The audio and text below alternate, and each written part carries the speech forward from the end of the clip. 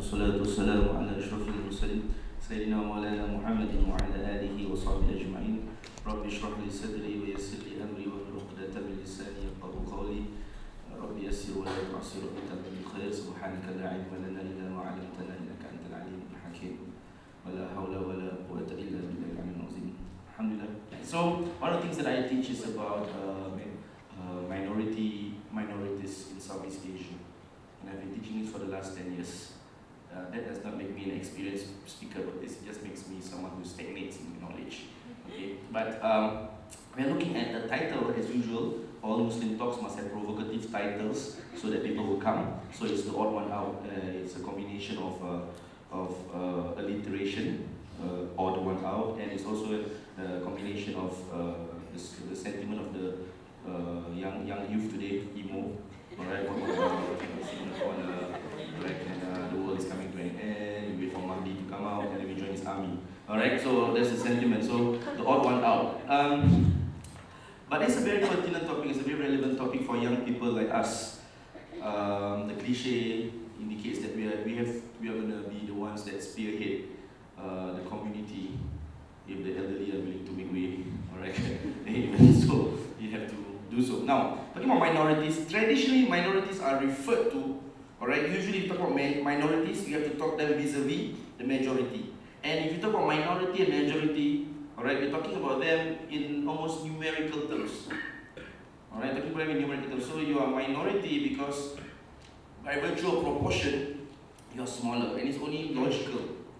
By virtue of proportion, those who are majority, alright, because they form a bigger number than you are. But if you go by that basis, in terms of how nation states are established and how they are run, then it doesn't provide a clear explanation for whatever that's going through the world today and has been going through. If you're talking about just mere numbers don't explain why there is so much tension, there's so much uneasiness, there's so much issues arising from majority-minority relationship. So definitely it's not just about numbers. It's about what these numbers represent. It's the issue of identity. We are looking at nation states, and nation states occupy a particular limited space. If you're talking about space, the contention for space, therefore, becomes the basis for one of the bases for these tensions. Okay, so we're talking about minorities. They want to exist in their own space. Why do we need a space? Why do we need a space? Why is space so important? Space means a lot of things. Space means independence. Space means independence of thought, initiative. Space provides you the opportunity to be distinct. Space allows you the opportunity for you to perpetuate your identities. That's why if you look in Southeast Asia, alright, the contention between minority and majority is about space, and is related to the desire to form independence, to go autonomous, to get more autonomy, so that what? You can practice what is deemed to be different from the majority. You look at the southern Thai, you look at Patani, you look at Yala, you look at Naratiwat, if you've gone to southern Thai, right? These areas in the southern Thai, and it's still an area of conflict today. Why are they still in conflict? Because of the desire of the minority to break away and form their own identity, their own distinct identity. The majority population is Buddhist. The minority are Muslims. And that's the distinction. You look at the South. So South is always an area of concern in Southeast Asia. Southern Thai, Southern Philippines. You look at the issue of the Moro. Alright, the Moro it escalates. First is the Moro National Liberation Front, MNLF. Alright, and then you went to Moro Islamic Liberation Front, MILF. When I first lectured this in university, in junior college, I said we went from MNLF to MILF. I had sneakers. I don't know what was that. Alright, so I had sneakers, and it got louder along the way. But then you went from Moro Islamic Liberation Front, and then you went to Abu Sayyaf, and it's still ongoing, the conflict that's happening today. Alright, so these conflicts are still ongoing today. Why? Because of the identity. Majority Roman Catholic community vis-a-vis, alright, a Muslim community trying to make an identity for themselves. It's always about space, and it's always about identity. So you have to understand that. So when you talk about minority, it's not just about showing numbers. We are 100%, no, it's about the desire for us to exist, whether we want to exist on our own or coexist. But the issue that comes to place is two things. One is how much space are we allocated? If we were to coexist, how much space are we allocated to perpetuate our identity, to practice our identity? And if we coexist with you, will our contributions be acknowledged? So this has always been the issue. If you look at how, if you look at relationships with minorities nowadays at an international level, that's always been the issue. Them coming in here, how will their identity fit into the greater social fiber? I'm going to touch about that later. Okay, so this is one of the contention. So it's always been about identity, it's about image, and it's about space. Now the current climate of the world that we live in, it is increasingly going right. Not that it's going the right direction, it's going right. The right means that it gets there's a strong nationalist fervor, and the tendency talking about nationalist fervor is that it is always taking up the image of the majority. It's always taking up the image of the majority. So you go look at some countries, the leaders that come into power might not be qualified. You look at some of the speeches, some of these leaders of the supposedly powerful leaders of the country, the speeches they make, the grammatical error they make. I always look at my own students and say, you guys can be president. Some presidents give us hope to be presidents these days. Alright? By virtue of bad English, by virtue of putting sentences together, by virtue of fitness and everything else, we can, anyone of us can be president now. It's an open thing. Alright? But the issue now is that it's getting increasingly right. At the same time, the world is globalizing at a quick pace. Right? So we have a clash of two things here. We have a platform, we have a situation whereby we have the world by states, people going increasingly right. They're getting more patriotic about their national image, which is the image of the majority, usually. And then we also have a situation whereby the minorities also feel that they have a right to speak out, because globalization gives them a lot of platforms. Globalization means that there's movement across borders, movements across neo-borders. What are neo-borders? Borders that exist because of social media and henceforth. So as people are made, people become more patriotic, people are also being made aware that there exists some other people who want their voice to be heard. So if you're talking about the majority, their space becomes important for them, because space, right, because the space that's existed gives them the chance and authority to impose themselves as the majority, as the people who determine the direction of this country. The minorities who need the space because they feel that if they don't fight for this space, there'll never be a chance for them to actually magnify or show their identity as well. So this is the clash that's happening now. Now, while all this, so identity is a key issue if you talk about majority-minority relationship. As all of this is happening, we look at the Muslim world. And the Muslim world is aware of this. And they need to start somewhere. So in the 1900s, right, in the early 1900s, there's a strong awareness. There's a lot of reformist movements. And why are they called reformist movements? Because of this awareness that the world is evolving quickly and we are left behind. And we have an identity. If we don't address this identity crisis, this existentiality crisis will translate into the loss of identity and the loss of ownership of religion and the loss of religion totally. So there was this genuine fear at that point of time, especially the collapse of the Ottoman Empire. Amongst the Muslim world, there was strong reformist movements. They are coming together and decided, what should we do about this? Should we merge our understanding of religion with modern sciences? Should we be more resistant by preserving our traditional identity? Does the tradition need defending against the might of modernity? Or do we embrace it and then we marry it off together? Or is religion totally the way that it's supposed to be learned, how we learned it? We discard it and we embrace something new so that we ensure the survival of the religion by name, because religion is not just about form, it's about its survival. So all these issues start to come into play. So we have movements that come out, such as the Muslim Brotherhood, Ikhwan, alright, in 1928. And there was a strong fervor. From 1928, they were formed in Egypt. and then in the Middle East, and this further enters into the 40s and all the way till 1979, we see the Islamic Revolution, the Iranian Islamic Revolution in Iran, led by Ayatollah Khomeini.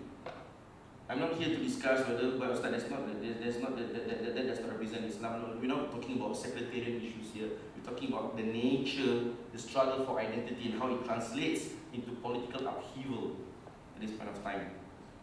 Okay? And then it moves on to another point whereby in 1979, it takes up a more global picture when the Soviets decide, all right, rather scattered brainly, to conquer Afghanistan, 1979. So they entered Afghanistan, and then the Muslim world erupted. See that this is manifested. This is the ultimate clash of civilizations. This is the war that we have been talking about, all right, between Muslims and non-Muslims, and everyone gets involved. And then from then on, the trickle effect, we have Al Qaeda. Right? And after that, we look at Al Qaeda.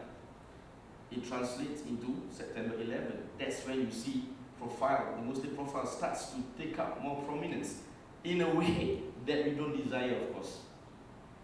In a way that we don't desire. But you see that trickle from 1979, all right, and whatever conspiracy theories you can derive along that way, but eventually translated into September 11. And then after September 11, you have the Bali bombings and all that comes after that. And then after that, Al Qaeda decided to resign because after that they're not the special one anymore. They lost their winning streak. They started to blame everyone else, and then they were taken over by ISIS. All right, and ISIS started to be the four-letter word, literally, for the world at that point of time. And ISIS started to occupy that space. And then after that, because of ISIS, the crisis in ISIS, then we have this. Then ISIS starts to make inroads into Syria. Some people I feel like I'm sitting in a history lecture. No, you are. This is the price you have to pay if you make me come for a lecture one day before. I'm going to give you a history lecture. All right. So this is that. No, I'm coming to the gist of it. Relax. All right. This is just the warm-up. Okay.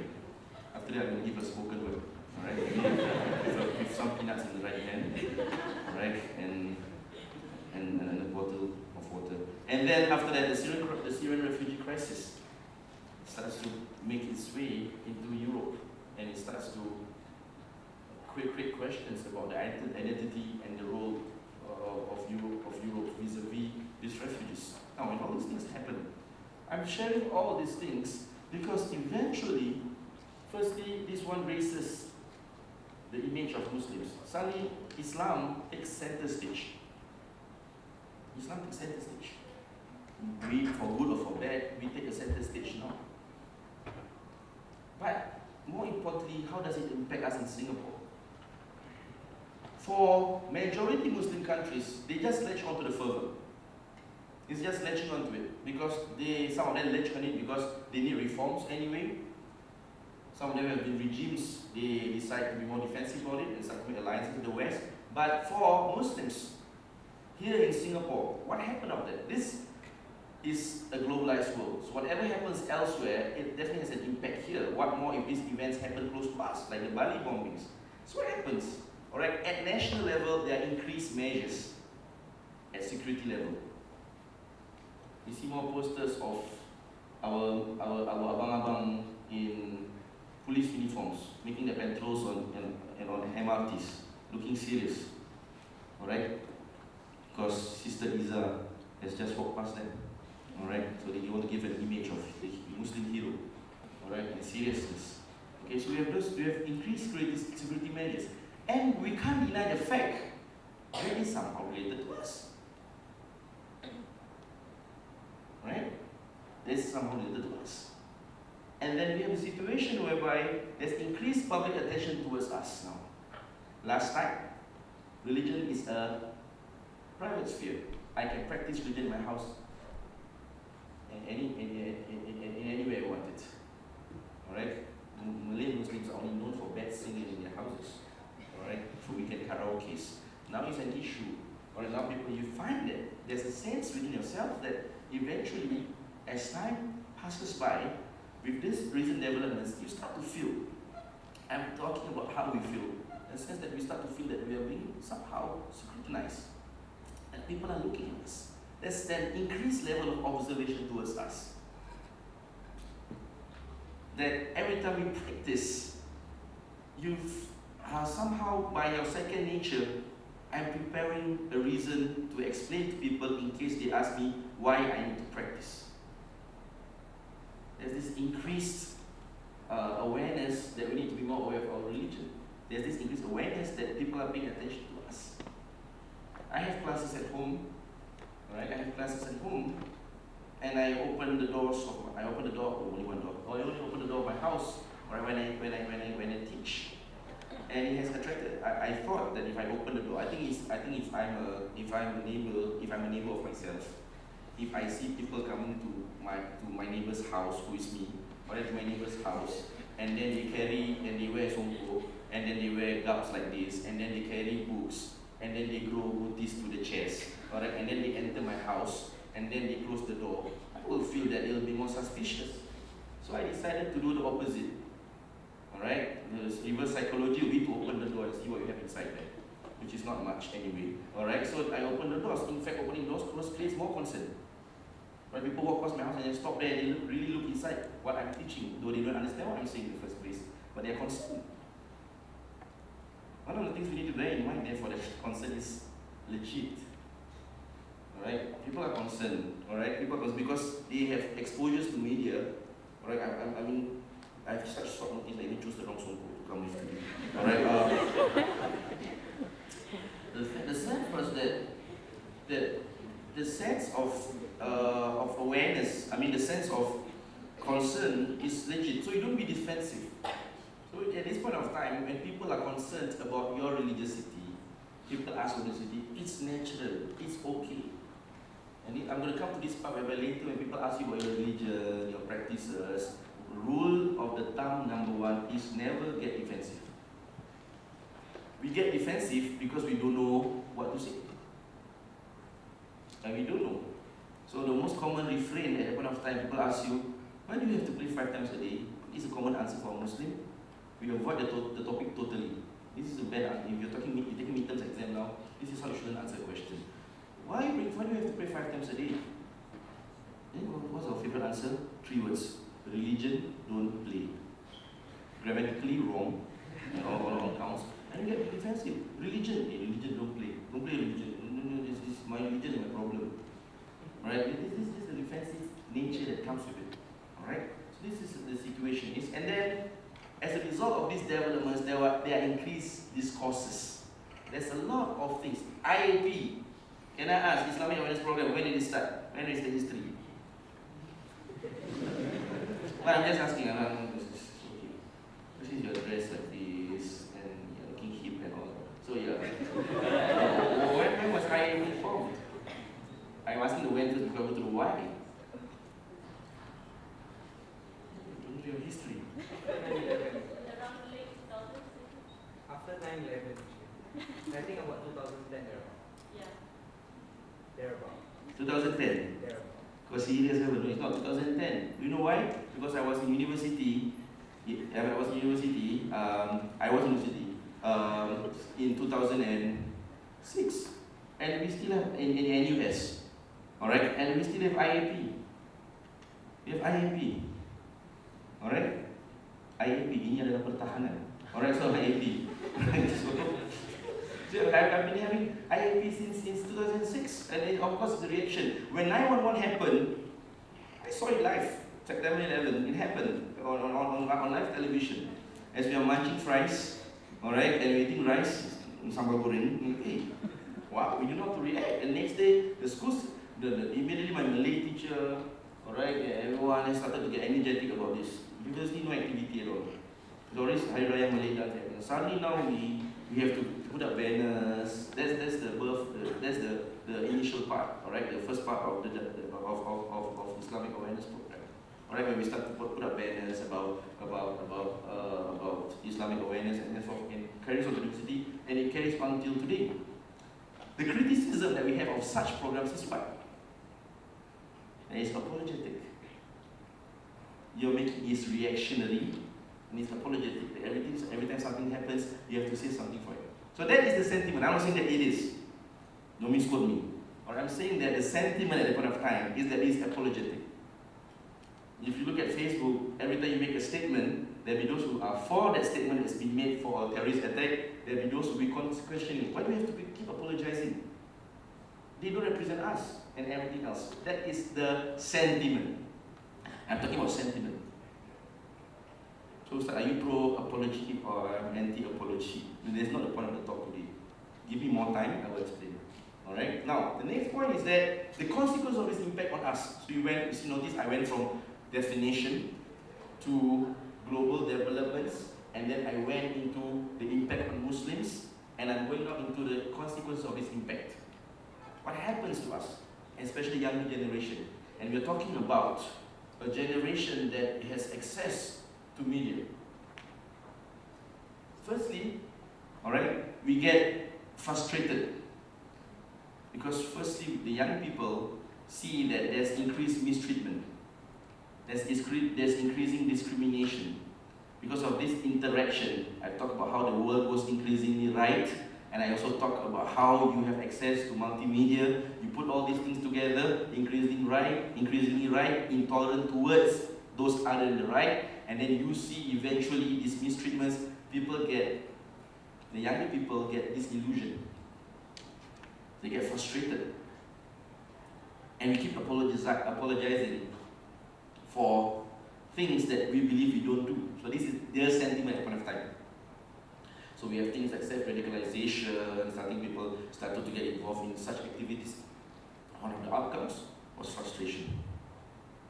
It's a frustration.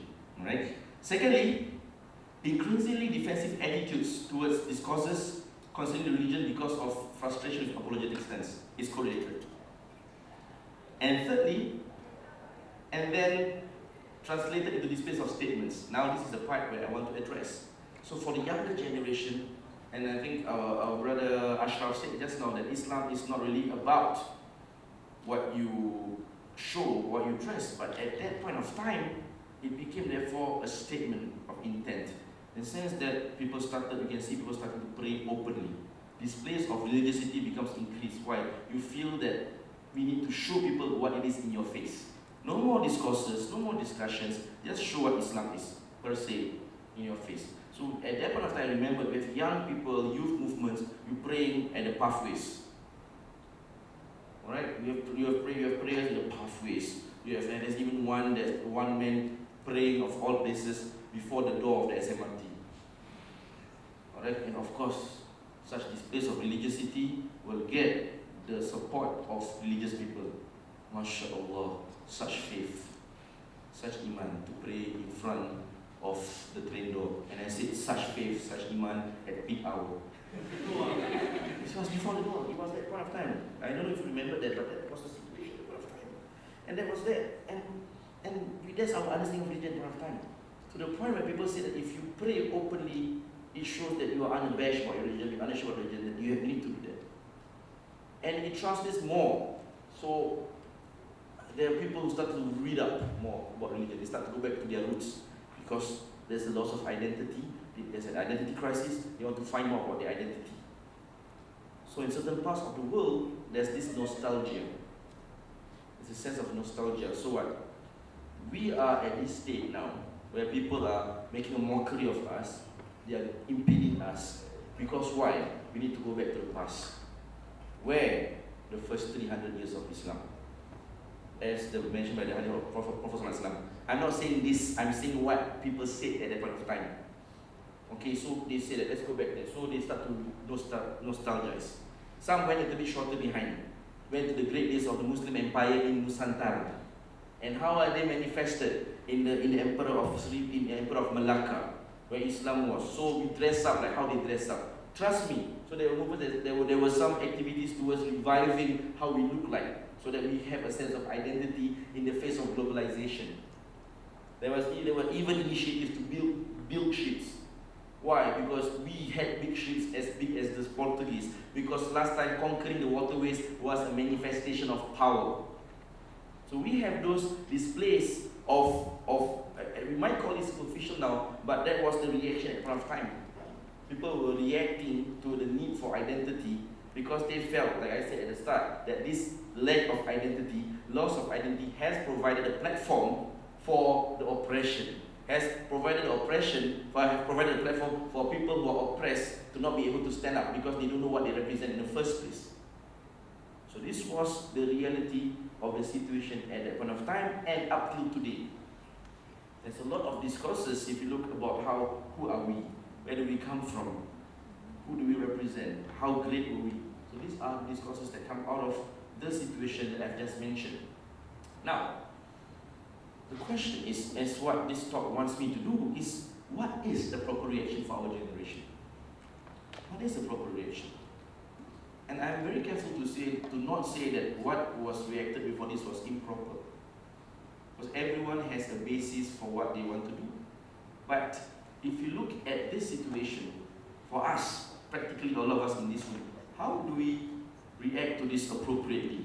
What is the best way? And I don't want to even say react. You know why? I was discussing with my wife just now. I was saying that, if they give me this topic, not just odd one out, because you talk about odd one out, talk about the minority vis-a-vis the majority. If one day we form the majority vis-a-vis the minority, if we form the majority, these values must stick true to us. Our attitudes must not change. So we cannot be just reactionary, since we are minority, this is how we react. No. But we must have some core functions that determines how we act, no matter what the situation is. So if you ask me, alright, one of the things that I'm asking you, what have we not done? We have done Islamic awareness programs, we have engaged, we have done exhibitions, we have discourses, we have forums, we have interreligious talks, we have done all these things. The issue is that we have done all these things, but the manifestation stays within this temporal time frame. It's just that what is lacking is the manifestation of it in a physical way. Imam al-Ghazali says, Lisanul hal afsahu min lisanil maqal. What is acted upon is more fluent than what is being said. It has a greater effect if it is acted upon. So I would say that initiatives like this, they provide the theoretical basis, but we need to act. Now, Ustaz, we want to act. But what is the basis of our actions? Now, our basis of actions, remember these two things. Sometimes we are saying so many things, but we forget the most important thing, our purpose of existence. If I ask you what's the purpose of existence on this earth, Allah made you on this earth, what's your purpose of existence? It's when people start to write down things on the paper that mean nothing at all, because they don't know what the answer is, so just pretend to write something. That's why I do when I'm in a tutorial which I've not prepared. Alright, so I just tend to write something that means nothing, alright, and becomes something, alright, and then that to me that's everything, alright, and that's the thing about me, alright. Boleh Ashraf, that was a spoken word. Anyway, what happens out there? We have two purposes. Take note of this. First, and this is known to all, our purpose of creation is وَمَا خَلَقْتُ الْجِنَّ وَالْإِنسَ إِلَّا لِيَعْبُدُونِ. If you call me for any talks, 5 years from now, 2 years, 2 weeks from now, I will say this every time, because this is core. You know this, alright, you know you have this core, whatever problems that come along the way, you know that you stick by this principle. Alright, the core, alright, purpose of our existence is وَمَا خَلَقْتُ الْجِنَّ وَالْإِنسَ إِلَّا لِيَعْبُدُونِ, that we are created for the purpose of worship. And worship, not for the purpose of worship. Worship of your spirituality is that it translates into action. So Muslims are not passive. Muslims are not those who sit around doing nothing. Muslims are always seeking to find means to make this world a better place. So we have this dichotomy in the society today, that there are those who want to do good things for society, but their basis is not the creator. So they don't worship. There are those who worship and think that worship is just worship. It doesn't translate into social activism. This is a problem which I'm going to talk about later. So this is the core. Now we know the core. We have the core. Okay? But what else can we do about this? Alright?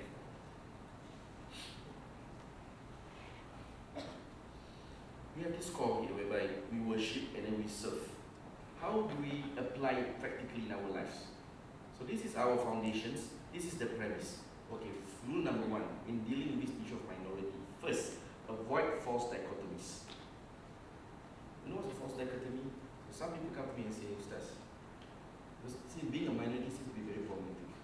You have existential crisis, people look at you, people judge you, people, because you are different and everything else, the othering process takes place. So they say, it's so probably to be a minority. So I move somewhere and form the majority. As though there's no problem being a majority. So this is a false dichotomy, that anything has a problem to it. Our job is to resolve that problem or act in a way whereby we can address this problem and make sure that it ceases to exist as a problem that it was before. Not to escape from it. So do not really false dichotomy. Since it sucks being a minority, I'll try to be a majority. That doesn't solve it because minorities have their own struggles as well. You look at the Prophet ﷺ, he was in Mecca as the minority. So people say, I always give this example. The Prophet ﷺ, he was in Mecca as the minority, and he has a lot of troubles in Mecca when he started to preach Islam to the people. First, he lost the support of his family members, except for a few. And then he started to see his companions being tortured, being humiliated, being killed, being oppressed. And then he started to he was boycotted by the whole of Mecca. He was boycotted. This boycott caused the loss of who? Of his beloved wife and uncle. And after that, when he tried to seek support from Ta'if, which is a town not far away from here, he lost the support. He was pelted with stones. He looked so miserable. So what did he do? He moved to Medina. And our assumption is that when he moved to Medina, things get better. Why? He's a Muslim majority. But let's take his move to Medina in perspective. He moved to Medina, of course he was welcome with Tolan Badru Alayhi. And we all know that. But look at what happened in Medina. When he went to Medina, he had to deal with 3 hostile Jewish tribes. Alright? Bani Qurayza, Bani Qanuqa, Bani Anad. He had to deal with them. He had to deal with a group of people that were non-existent in Mecca. In Mecca, it was frontal. I don't like you, therefore I torture you. I don't like you and I spit at your face.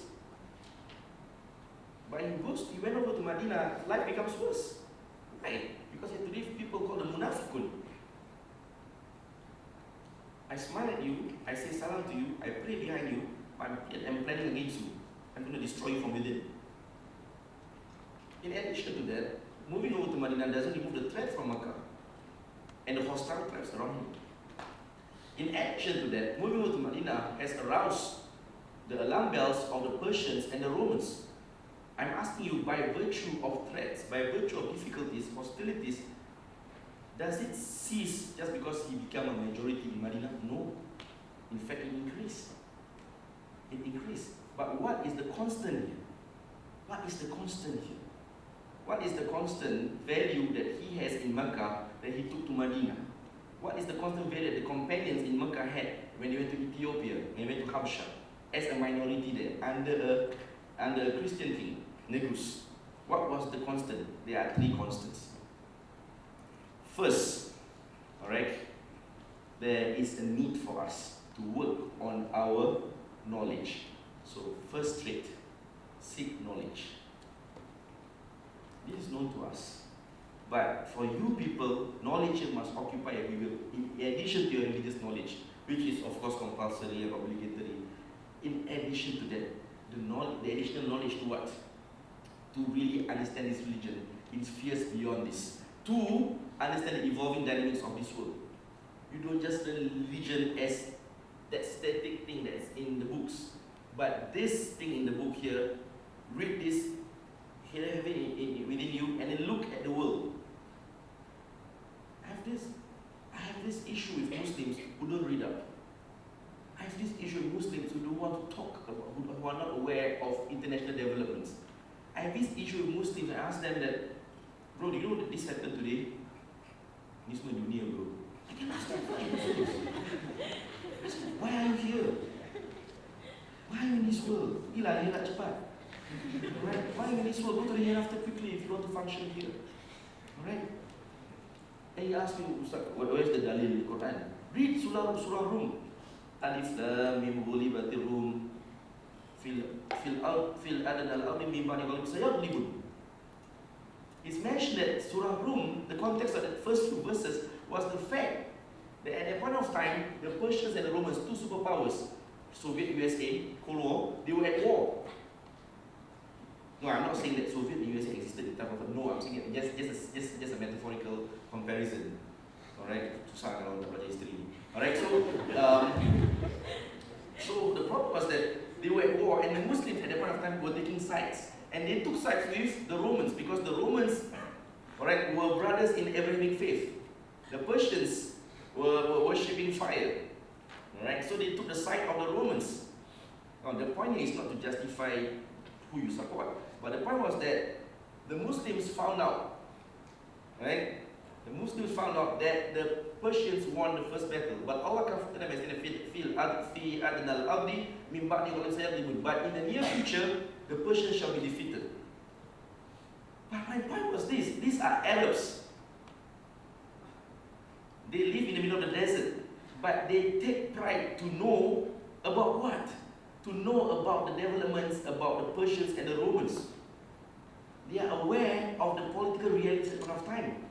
When the Prophet ﷺ was sending his companions over to Ethiopia, of course it is divine revelation, but he told them about the king and the nature of society there, to show what awareness of realities there.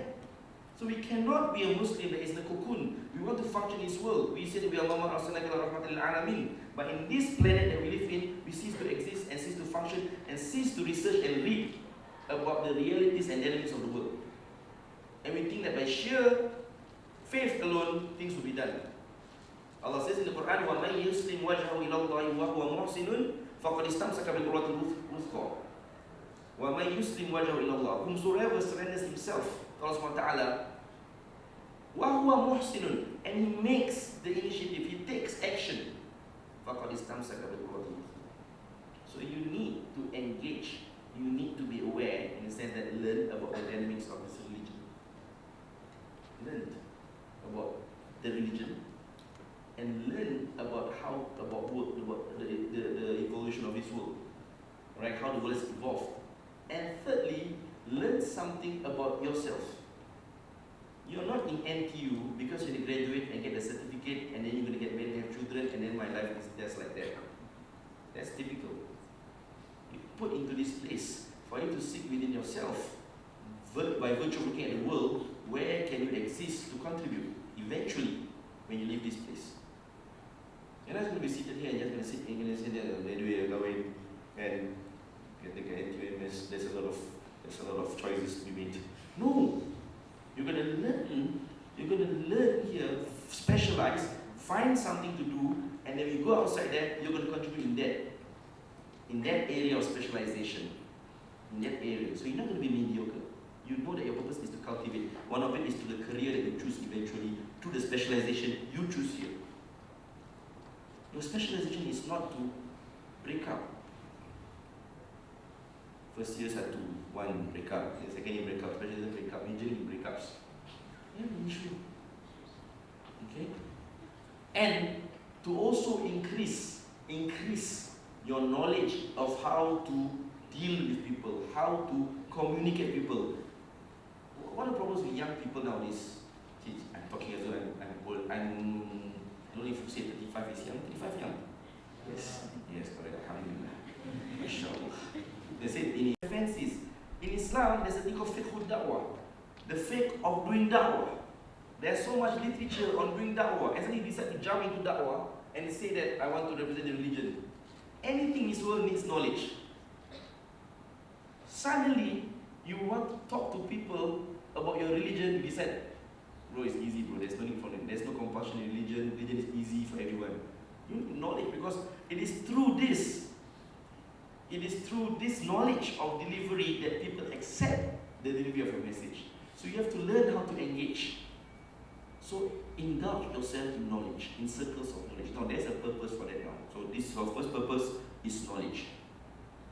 That's why when the companions went to Habasha, when the Mushrikeen sent Amr bin al-As over to Habasha to debate with them, they can debate as well. Why? Because they have knowledge.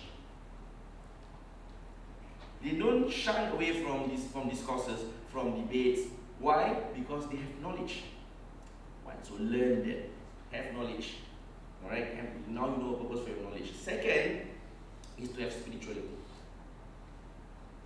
We cannot, people always say that nowadays that religion is just not about worship, correct. Religion is not just about rituals, correct. But rituals stand for a lot of things in religion. It keeps you grounded. It keeps you stable. It controls your anger. Young people get angry and worked up. Why? Because of the fact that they see things around them. Why is this so? The lack of spirituality, the lack of calmness, the lack of things, rituals that translate into calmness. So you need to revisit your rituals. If you perform salat and you still are bad-tempered, foul-mouthed, then you revisit your salat. Because your salat has not been beneficial to you. You recite the Quran, the Prophet says, so many people recite the Quran curses them. Why? Because in the Quran you are living up to the meanings of the Quran and living the value of the Quran.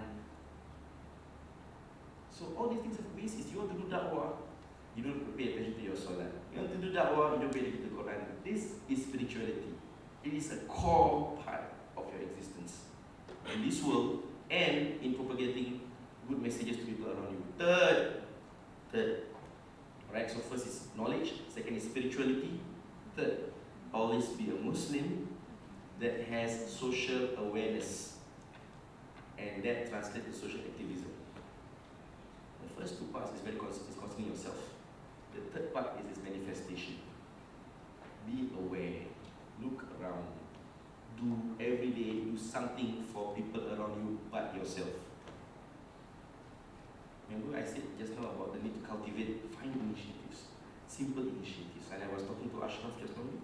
NTU, there's so much activities they have at the domestic level, at the local level, and also at overseas level. Sign up. And one of the things that I don't like to call movements, youth movements, because one of the misconceptions we have today is that you only be active when you're young. So after when Sister Iza, Ashraf and Zakir, 1 year later, after the lifespan of the exco runs out, they just leave as the status of Abang-Abang NQMS. That's it. They don't continue anymore, they just leave. They don't come anymore and they don't know. Look at the Prophet ﷺ. He was active. He was actively doing da'wah. Alright, he was actively doing da'wah all the way till what? Till 63. Till 63. And you see we are the Ummah of the Prophet ﷺ. We don't follow the Prophet. We had a stage of time when I was active in da'wah, and then it just becomes nostalgia. You brag upon to the younger generation in the future. Don't. Find initiatives to do good. Doing da'wah is not sitting in front here, holding a microphone and then speaking to people like that. No, doing da'wah involves so many kinds of activity. My point, as we go back to where we were talking about what do we need to do, one is very simple. You notice that I don't make it sophisticated when you have a minority. What do you do? My solution is that minorities sometimes face the kind of inhibitions that we have because we are not doing enough. We're not doing enough because we don't know the direction we're headed to. So my message to you is to continue doing good, but do good consistently and get more people on board to keep doing good. So it's at two levels. At the higher level, we have our scholars, we are engaging policy makers, engaging them, talking to them, giving them enlightenment. We, the foot soldiers, alright, we on the ground, we are portraying akhlaq. We are manifesting it. We become clear evidence every time we want to push for something, we become evidence of why it should be upheld, why it should be done. Till that day happens, from now on, we keep on being strong evidence before their eyes. That there's no reason for me not to allow for this, because these people are indeed have proven that they are great, that they have been good. One of the reasons the Prophet ﷺ, he was rejected by the people of Mecca and the Munafiqun, not because of the fact that they didn't understand the truth. In fact, they gave him the title Al-Amin. They gave him the title As-Sadiqul Wa'dul Amin. He keeps to his word and he is trustworthy. The Mushriks gave him that. The reason why they rejected him was frustration and ego and threat to their authority. That's all. till that day happens, we continue to do good. Be spiritually strong, grounded, be knowledgeable, and continue to do good. To do good. That is our identity. That is our identity. Find means and ways to do so. Alright, so therefore, in doing so, you notice that the benefits of therefore being a minority is that you're on your toes and you're active all the time. There's no time to rest. There's no time to rest. Alright? I give lectures in the day, I give tutorials, I mark, at night, I'm doing this. Why am I doing this? I'm doing last minute lectures at night. My schedule is packed every day. Every morning I walk to school like a zombie. My school, where I'm teaching, is about 5 minutes walk from the MRT station. I don't drive, alright, and I don't take a bike, alright. I take a train from Woodlands to where I'm teaching, which is a 45 minutes ride, alright. I alight from the train, even though it's a 10 minutes walk, I take a cab. I'm so stoned by then. Alright, I'm so stoned by then. When I give lectures sometimes, up and down. Okay, I'm gonna finish, don't worry. Alright? I mean, you understand if I show people your new shoes. Anyway, then it's that. When I first give lectures at the college, the students are quite worried. Is he high? Right? Because I can barely keep my eyes open when I give. But you know, the satisfaction of doing good all the time is that the rest becomes worthwhile. You know that you're doing something purposeful every day of your life when you have purpose. You're not just being tired for nothing. You can spend time just taking selfies of you and Subway. No value in that. Alright? So you're on your toes active and you don't waste your time. I added for hadith by Prophet ﷺ, he says, but al-Islam Islam will start as something which is started off as something which is deemed peculiar, strange, وَسَيَعُودُ غَرِيبًا, it will return to be considered peculiar and strange. فَطُوبَى لِلْغُرَبَاءِ, alright? Give glad tidings to the strangers. The companions ask, وَمَا الْغُرَبَاءِ يَا رَسُولَ اللَّهِ, who are the strangers, Rasulullah? Rasulullah says, الَّذِينَ يُصْلِحُونَ إِنَّ فَسَادِ النَّاسِ, those who strive, continue to strive to do good in the midst, alright, of the decadence of society. Alright, so continue to do good in two ways, you and your creator, and then being of service to those around you. I hope that this has been beneficial, alright, for you, and that you have taken something out of this. Alright, just little will do. Make a prayer for me. Alright, and then we move into question and answer, which Brother Zakir is so enthusiastic about. Assalamu alaikum warahmatullahi wabarakatuh. For now, we'll be moving on to the Q&A session. So this is based on the number of likes for the questions we have. So for the first question, how do we tackle sensitive discussions such as LGBT in an Islamic perspective? So can I have Ustaz to answer the question? Thank you.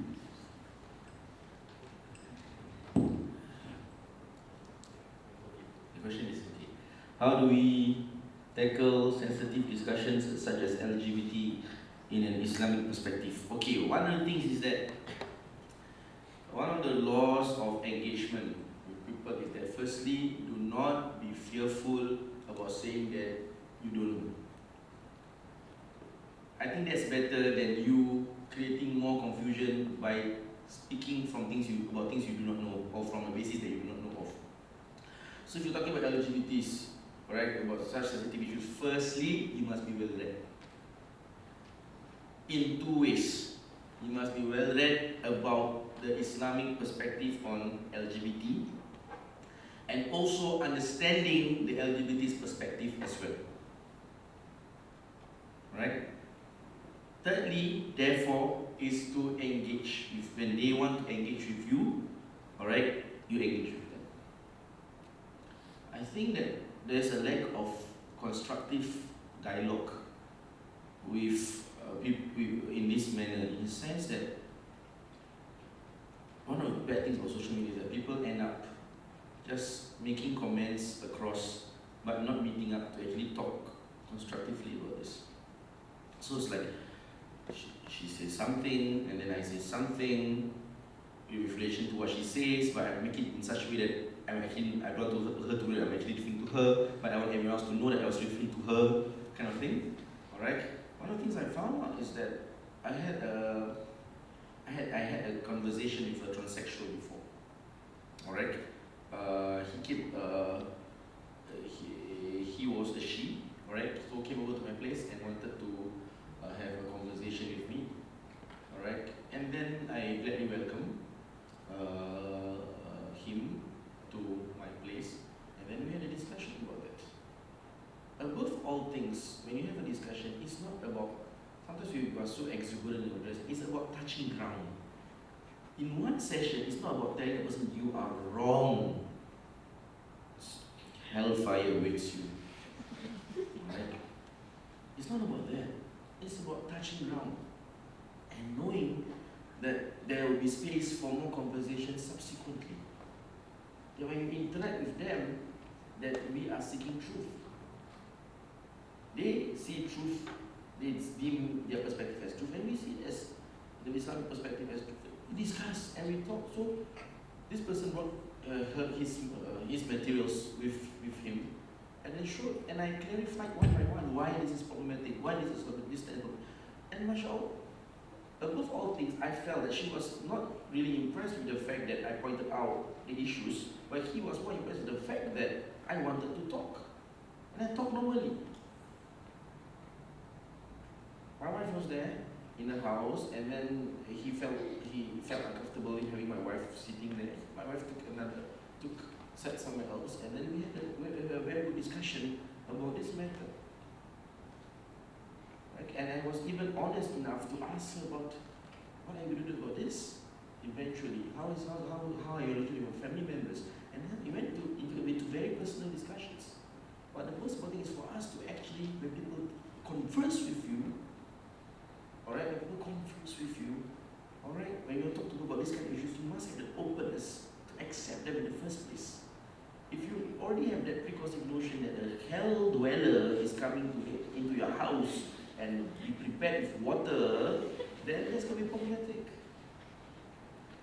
We want to discuss with you, have a discourse, so there's a need for discourse. There's a need for healthy discourse. Have a conversation. As a starting point, I rather have a discussion as a starting point, eventually I establish a communication with that person, then I have one opposition, she gets turned off, and I feel jubilant because I put her down and I brag on her Facebook. I put this activist down and I laid a smack down on her. And when she was down, I gave her the stunner. And after that, I gave the ultimate choke slam, and I feel victorious. Allahu Akbar. That doesn't do anything for the person. Then keep on conversing, but first be knowledgeable. Be knowledgeable what you're going to read up. Start to read up. Because stop watching Korean drama. I take the train every morning. That's one of the virtues of having a train to justify why I don't drive a car because of lack of budget. When I take a train, I don't see this. I can see our Christian brothers and sisters, they read the Bible. Alright? I see our Buddhist brothers, they recite the rosaries. I see us. If it's not Korea, then we are venting our anger in Candy Crush. Right? And now if it gets more escalated, for wealth, it's the gold bar. Right? You're playing these kind of things. And you're 55. And you're playing this. And how rich are you now? No. And those with more jihadi sentiments, alright? Red alert. Alright? And all these war games and stuff like that. Those who want to play for managerial ambitions, championship manager, all this takes away your time. Takes away your time. Read up. People are reading up. We are the Ummah that our first verse we said, we are the only religion that our first verse that was Iqra. That's where it stops. You don't read. Even your lecture readings you don't read, I know. Because I was there before. Alright, you don't read your lecture readings. And you have to smoke bomb your way through tutorials and gain participation points by asking nonsense questions in the discussion forums. I know. Alright, I know this. Been there, but don't do that. Okay. Yes. I think you like the sound of your own voice. Thank you, Ustaz, for answering the first question. So moving on to the next question. We was mentioned just now that we should not answer why we pray 5 times a day, but what is actually the correct way to answer to non-Muslims with regards to our 5 daily prayers? Correction. I never say we don't answer why we pray 5 times a day. We answer. I never say we don't answer. Answer. Because it is obligated in our religion. But don't answer. Do not feel bad if people cannot see the logic behind your answer. Let's say I pray 5 times because God tells me to pray 5 times a day. Then people say, why must 5 times a day? And that's 5. And that's it. In religion, the concept of religion is called ta'abudi. That what Allah says, sami'na wa ata'na. What He says, we obey. He says 5 times, we do 5 times. Alright? And that's that. And when we certain things, when we explain to them, we just say that when you explain to them that we pray 5 times a day, the benefits of prayers, it spiritually cleanses us, it gives us more aware of time, and henceforth, and it shows our gratitude. Just say that. Do not, that's why when you talk to people, do not have the intention of trying to win them over and convince them. Just say it as it is. Allah says in the Quran, وَمَا عَلَيْنَا إِلَّا الْبَلَاغُ. Your job is to just deliver, and Allah decides the hidayah for that person. Sometimes in our engrossment to give hidayah to people, we lose them. We lose them. I know of a person, alright, and this is a true story. For Hari Raya, his teenage son, brings home his teenage friend. So this guy, he cares for his religion. He cares, he loves his religion. And so he asks, do you perform your 5 times a day prayer? This is Hari Raya. Never in Hari Raya do you get that. Do you pray your prayers 5 times a day? Do you pray 5 times a day? The guy was like, oh, this is not the question you ask on Hari Raya. But then he says, usually ask you, do you fast in Ramadan? But pray? No. You don't pray 5 times a day, mashallah. Do you know how to perform your wudu? Here, so and so. Do you know how to perform the ghusl, the obligatory bath? These are 3 questions you don't ask in Idul Fitri. Have you ever, I've celebrated 35 years of Idul Fitri, no one asked me about how I do my ghusl. Don't make me do it. Alright, so they asked that boy, and he was in a position before the Hari Raya goodies and the Sprite and the jubilant and the triumph of fasting, and then you're being asked about your obligatory bath. That's not the end of it. More to come. So you don't know your obligatory bath, you don't know it. You can't go in and pick up a towel. Now you get a towel, Idul Fitri. That's the ultimate. And he throws it to the person, go and do your ghusl. This is true. He throws the towel, but the boy didn't go for a shower. But just like, was the guy intending well? He was intending well, which is why I say in calling to Allah subhanahu wa ta'ala, 4 things. Take note of these 4 things if you want to do da'wah. First, 4 factors in da'wah you need to consider. First, the one that calls the caller to da'wah. The caller, you lah. Know yourself. Some of us want to do da'wah, but we are hot-headed, impatient, intolerant to opposite views. Then we should hold back the intention to do da'wah until we improvise ourselves. Alright? People say to you, prayers. You come to your prayers. Why must I pray like a donkey? And then you start to get worked up. Then you start to post 500 posts on Facebook, and then you get worked up. Sometimes some people who do da'wah, alright, when they are angry, they look worse than the person they're doing da'wah to. The person who's doing da'wah to, you are shouting at him, he's like, he's just being calm. Who's the one who's doing da'wah? First, the person who does da'wah. Second, the person who's being called to da'wah. Know the person. If a person doesn't pray, is it simply because that he lacks guidance? Look at his background. Sometimes he exists in a family, everyone else doesn't pray. Prayers is not something that is central to his life. Then you need to address the family. Why doesn't the family pray? They have no time to learn about prayers. Why don't they have time to learn about prayers? Because materially they are short-handed. Why are they short-handed? Because the father is unemployed, mother is ill, and and then you have to address the material need first prior to addressing the spiritual needs. It's not that easy, no. It's not that easy to do that one. Thirdly, the message. The message. I want you to do prayers. So your message is aqimu salat. Perform your prayers. Correct? Message is correct. 4th factor. the methodology in delivering the message. Hell dweller, pray. Pray, you hell dweller. You want to swim in the sea of fire? Alright? You pray now. The message is correct. I want you to do your prayers. But the execution is wrong. 4 ways to do da'wah. So first thing is that when you engage people, when people ask you for sorry, don't worry. Understand? Whatever you will do problem. Then you do not. No, I have Christian friends. I have Christian friends, and we talk openly about religion.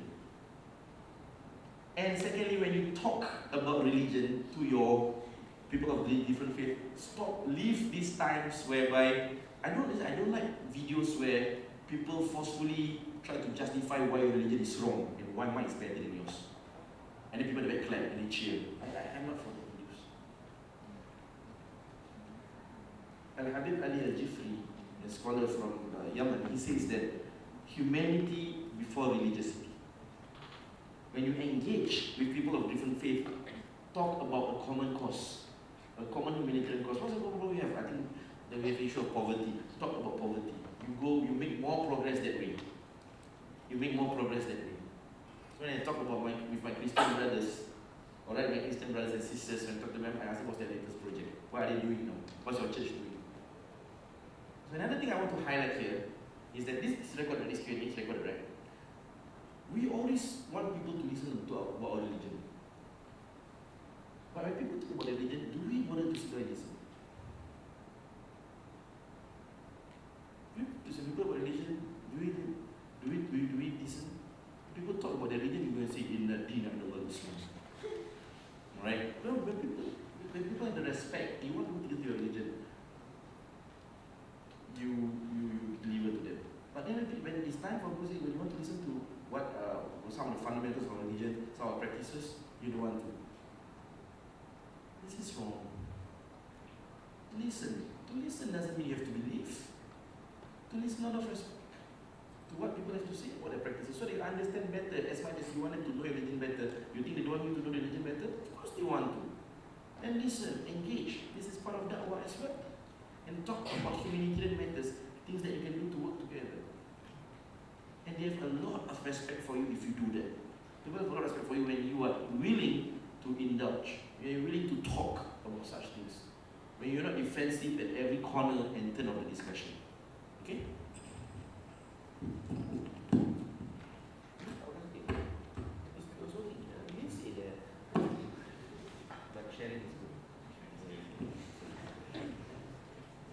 So the last question will be, so for this is, how is the Quran actually relevant to the world now when it was written 1400 years ago? So how the relevance with regards to it, yeah, one of the questions. The relevance of the Quran.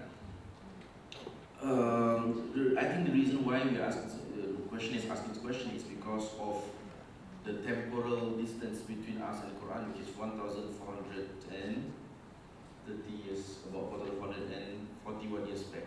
Alright, because of temporal distance, and we always associate that if things are far from us, they have no meaning, they don't have any relevance to it.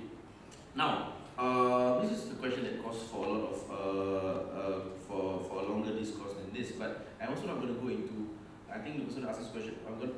The Quran, there's no, for Muslims, you are supposed to believe.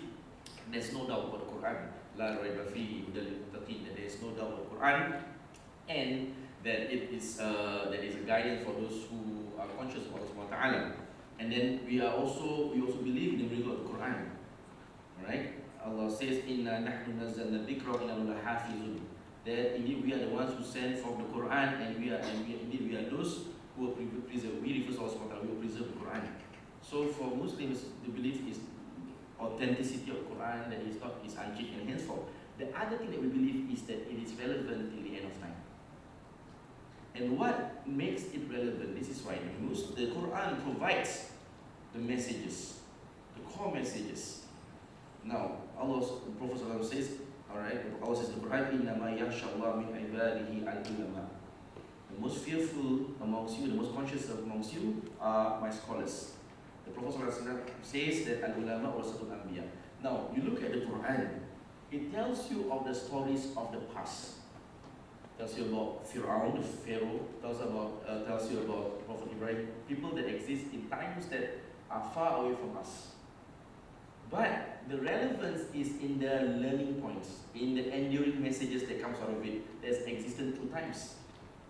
So the relevance here is not in the fact, that's why when you look at the Quran, the method, one of the methodology in understanding the Quran, in studying the Quran, is not to look at the details. So we are not so particular, even though there's a discourse by scholars about the Quran, about how, we talk about Adam and Eve. How did the devil enter into the paradise when he was chased out? How did he manage to come in again when Allah has sent the devil out? There's a lot of discourse. Oh, he comes out in the form. He comes in the form of the serpent.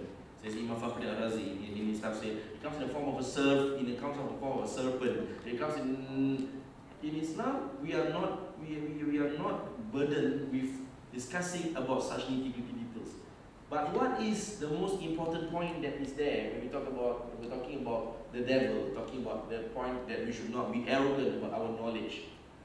Alright, that we should not try to stray into areas that might lead us to misdeeds.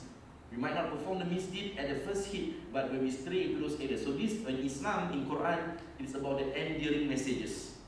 You look at Surah Yusuf. Surah Yusuf is the only surah in the Quran that is a surah in the Quran, correct me if I'm wrong, that tells a story from in a chronological order from start till the end. That's Surah. Surah Yusuf.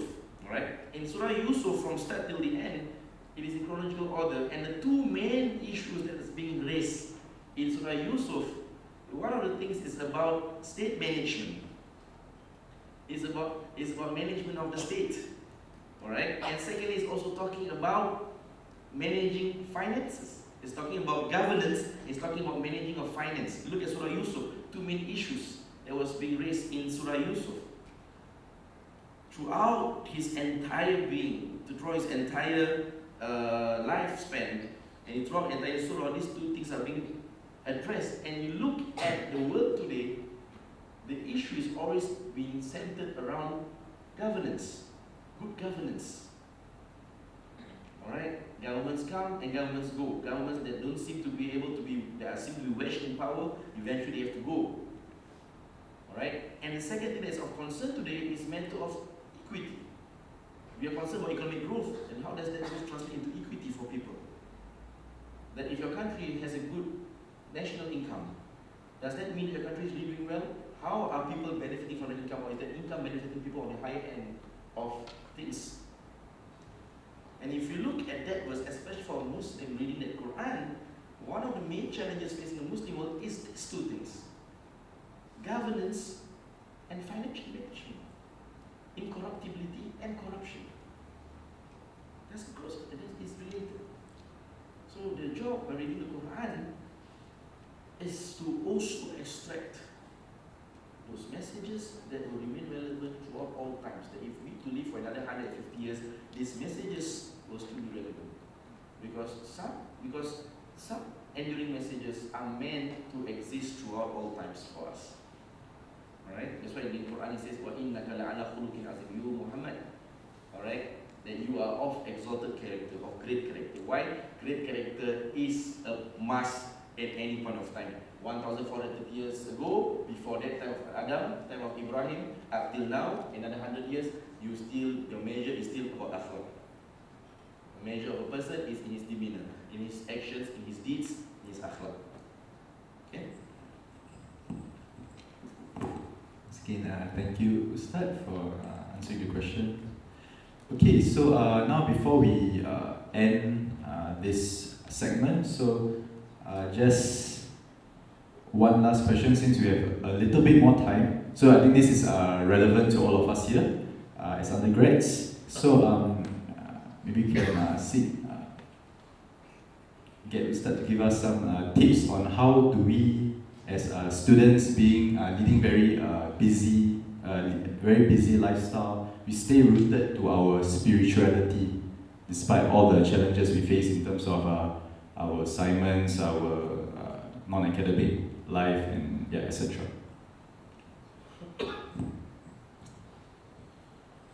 My friends who were with me in university last time will testify that I was not really an exemplary student in university last time. Right? So me sitting here doesn't mean that that I was good as a student last time. But one of the things that I remembered as a student that we must have, alright? And this is regardless if you are tied to an organization or not. Alright? At an individual level, alright, then you must always have what I've said just now, that you must always have concern for society. How do we actually manage our time? I tell you, this is a very difficult question to be answered in 5 minutes.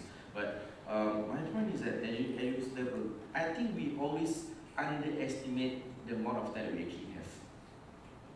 That some of the things that can be, one of the things that I always have a peeve when my students come to me, like those study religious knowledge, is that Ustaz, I can't come for class today. Why? Because I have to study for my exams. I say come for class. That time you need to study was then. 2 hours of study is not going to make a difference to the grades that you eventually get. Those times meant for study should have been done long before. So my message for you guys is that actually it is a matter of dividing your time. And actually we have a lot of time. A lot of time. Alright? And I'm saying that good deeds are not things that require sometimes difficulty. Talking about spirituality. Okay, spirituality rule number 1. Firstly, do 2 things for me. Yes, as a undergraduate. Do not start the day without reciting the Quran. Start the day with the Quran. You have short times because you start your day late. Your subuh is at 8:30 a.m. Czechoslovakia time. Alright, you wake up for subuh when it's supposed to be subuh. Even though we take the sujud position when we wake up, that's on bed. Alright, so we wake up for subuh and recite the Quran. How many pages? 1, 2 pages. Alright, my teacher made me, up till now my teacher makes me recite at least 10 pages per day. And 10 pages takes me how long? 10 pages actually takes me only 15 minutes. But for us, maybe 1 or 2 pages every day before you start to recite the Quran.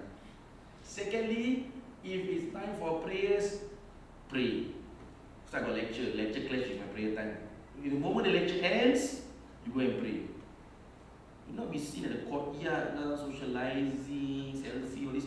Pray. Why? The Prophet says, the companion Abdullah bin Mas'ud asks, Ayu amal yaqulu ta'ala. Which amal is most beloved by Allah subhanahu wa ta'ala? As-salatu ala waqtiha. Pray on time. No matter what you're doing, come time for salat, go and pray. Congregation, better still. Minimum number of congregation? 2, bro. You and your bro. 2. Not you and your future wife. You and your wife, not you and your future wife. The worst thing, your future wife is your imam who said. Alright. Okay. Second, alright, I talk about that spirituality. I also talk about social awareness. Doing social awareness things, it takes you only 1 hour. That 1 hour of Korea, North or South Korean serial, take it away. Alright, and 1 hour of supporting clubs, useless clubs like Manchester, United, City, whatever, take that away. Alright, unless you are a Ghana fan, which we are istiqamah, consistent 10 games in a row. Alright, but that time that you have for football, take that away. Alright, take that away and just do comms games. When I was in university last time, my friends and I, we watched over a family of 11 children. 11. Power Ranger. 11 children. Alright, 11 children, 10 were girls, 1 boy, illiterate. Father doesn't want to work. Mother is a machine. Alright, so that's 11 kids. Kids are illiterate, know nothing, cannot read. His elder sister found $50, wanted to throw it away. And I took the initiatives during my university days on weekends to take at least 5 of them home by train. Alright, by train home to my family. Alright, and then we wash them up, dress them up, and teach them how to read. And I make sure that I religiously abide by that every Saturday. And on Sundays, I take them home. There's time. If you give time to goodness, goodness will come to you, and Allah says, people talking about relevance of the Quran. Allah says in the Quran, وَالَّذِينَ جَاهَدُوا فِينَا لَنَهْدِيَنَّهُمْ سُبُلَنَا. If you struggle in one path of Allah subhanahu wa ta'ala, He will open all doors for you. All doors. You must have certainty within yourself. So you must understand that if I commit myself to this act of goodness, Allah will not forsake me. Allah will not forsake me. You always preempt Allah's reaction towards us. I'm not going to go. There's no time. There is time. There is time. You take away all those things that are necessary. The time on Facebook, getting to argument with people over kunut, over maulid, over permissibility of keeping a beard to your chest level for the women. Alright? And that kind of things, leave those arguments. Those never-ending YouTube videos that are addictive, one after the other of the kitchen nightmares, Hell's Kitchen 1, Hell's Kitchen 2. Leave it. I know all your dirty secrets. Alright? Sometimes you're studying, your notes are here, your laptop is here, you're focused on the laptop. What's on the laptop? The Gold Buzzer, 2017. Alright? America's Got Talent. Huh? Good? Right? So just know your priorities. Okay? Then you go very far. Okay? Thank you so much, Ustaz. So once again, let's give Ustaz Hafiz a round of applause.